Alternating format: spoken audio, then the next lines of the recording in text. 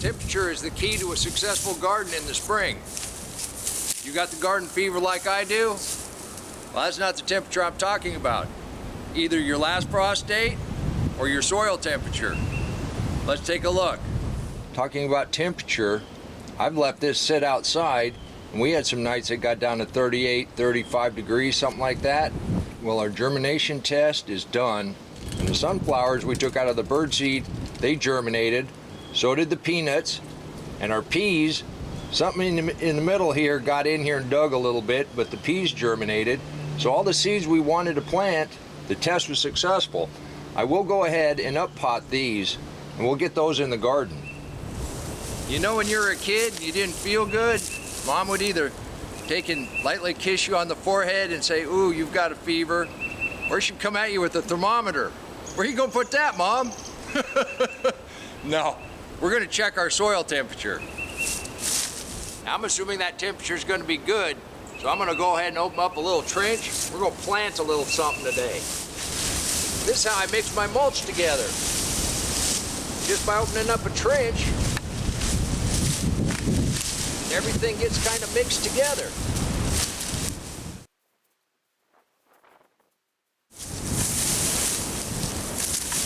You just take that down to bare soil.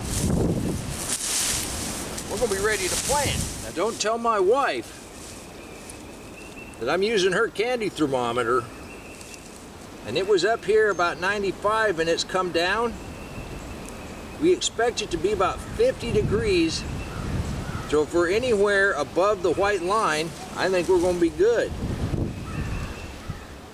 And I've got it stuck down in there almost 2 inches. Obviously, the surface of your soil is going to be the temperature of the sun beating down on it at any given day. And right now is about 80 degrees, and it's forecast to get down to about 60 by tomorrow. But as long as the soil temperature is above 50 degrees, your seeds have a good chance of germinating. And as we get closer towards summer, some of the seeds we're going to plant are going to come up in 1, 2, 3 days. Well, it doesn't seem to be dropping any faster, so I think we're in good shape.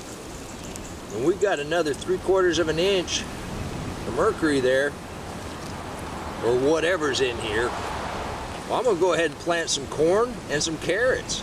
Since we already have a row going off that direction, and we sort of have a trail going around to the new mulch pile in the back, we're just gonna go ahead and continue this row on out. But I'm gonna use this rainbow carrots, purple, white, orange. They're fun. And since you know me, I don't mark anything. I never know what I'm going to get. So we'll know when we harvest. And I know I'm doing it wrong, but I just like to scatter them along the top. Plant them heavy. We eat the tops, so we thin them out as we go. Good soil contact. Blue Stout style. I'll get a piece of cardboard put over here in just a minute.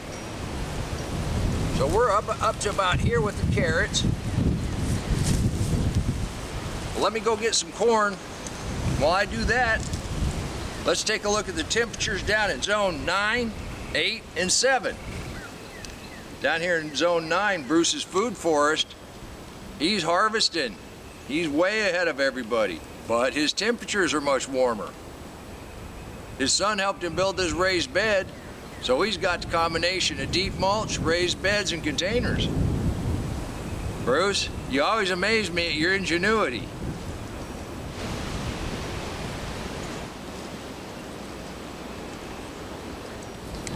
We sure do appreciate you sharing in the motivation you bring to this community. Mike and Linda's raised beds in their deep mulch garden.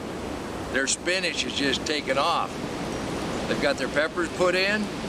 They're fixing to have a fantastic garden this year. In zone 7, Walter's kind of protected, so his temperature was pretty good.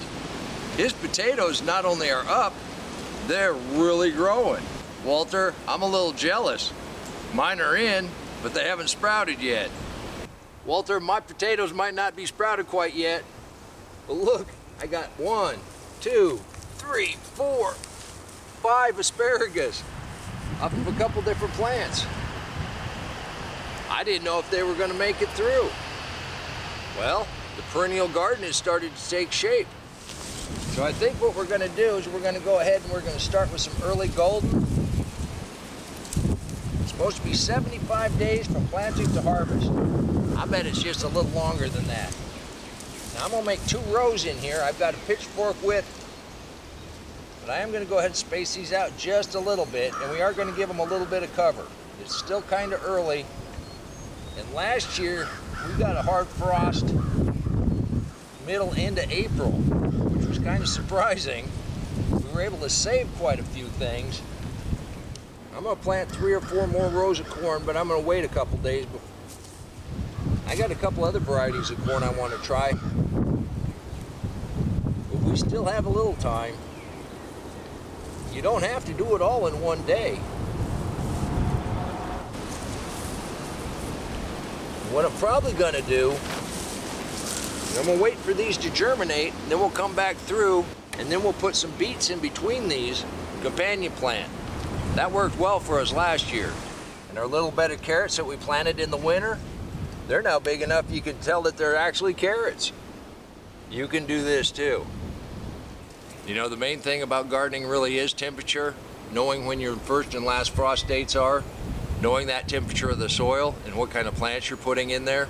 And by using the deep mulch, you're able to moderate that soil temperature. You're able to start sooner and go longer into the year. And then as things warm up, things start growing really fast. We should be able to pick carrots here pretty soon. Our cabbages look pretty good.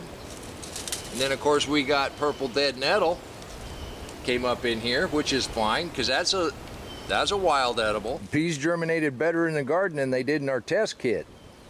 And what are these things?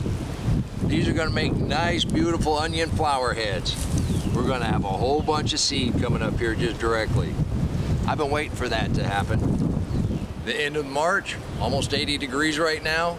It's a good time to catch that garden fever, but it's not a good time to plant in zone 7.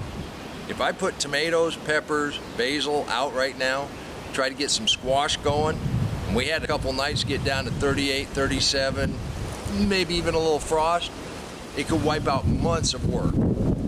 Take a deep breath, plant a few things here and there, like some peas, they're gonna be okay. Cabbage, they're gonna be okay. Get some lettuce going, some radishes. Don't take up all your room because you got a lot of things getting ready to go in the garden. And that's where I'm at right now. So we're all in the same boat. Zone 6, 5, 4, you got a little bit longer to wait. But if you look at what Bruce does down in zone 9, it gives us all something to shoot for. I can't wait to get the rest of the stuff in the ground. Then the hardest work's gonna be harvest. And you can do this too. Until next time, remember, take care of yourself, take care of your family, and God bless you.